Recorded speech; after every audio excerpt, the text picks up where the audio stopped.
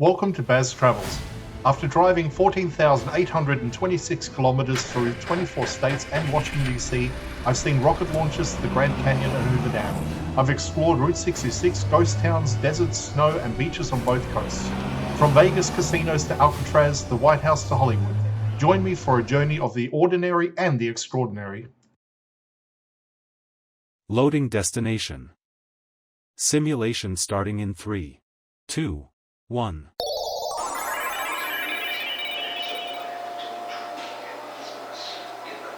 To look around, move your phone or tablet. Click and drag if on a computer or move your head if using a VR headset. Please like and subscribe. The museum at the Manitou Cliff Dwellings is designed to give visitors immediate context before or after seeing the structures outside. It doesn't function as a deep research archive. It functions as an orientation space, focused on recognizable objects and clear explanations.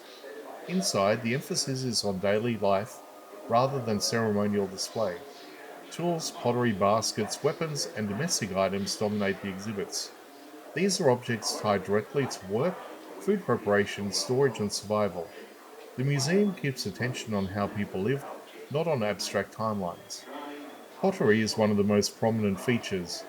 Different shapes and surface patterns show how vessels were used for cooking, storage, and transport. The variation in design reflects both function and regional influence, giving a sense of how styles moved across communities rather than staying isolated. Stone tools are displayed alongside explanations of how they were made and used.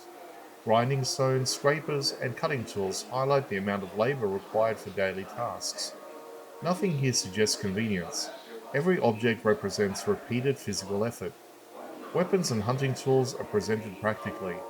Bows, arrows, and spear points are shown as working equipment, not symbolic items. The museum makes it clear that hunting supplemented farming and required skill, planning, and cooperation. There is also focus on construction-related artifacts. Wooden beams, stonework examples, and binding materials connect directly to the dwellings outside. This helps bridge the gap between indoor displays and structural visitor walkthroughs. Interpretation is deliberately straightforward. Labels are short and factual. The museum avoids speculation and doesn't push contested theories. Information is framed around what is known rather than what is debated. Many items are represented rather than excavated directly from the site. The museum is transparent about that. Its role is education, not archaeological preservation. It explains a broader way of life rather than documenting a single excavation. The layout supports flow. Displays are arranged so visitors move continuously rather than stopping for long periods. This keeps the museum accessible and prevents congestion, especially during busier periods. Lighting and presentation are functional. Objects are visible and clearly labelled, without dramatic staging. The focus stays on content rather than atmosphere. What the museum does well is grounding the outdoor experience. After seeing the dwellings, these objects make the scale of daily life clearer. After seeing the objects, the dwellings make more sense structurally. The museum isn't designed to overwhelm. It's designed to equip visitors with enough understanding to read the site accurately. It does that efficiently, without distraction.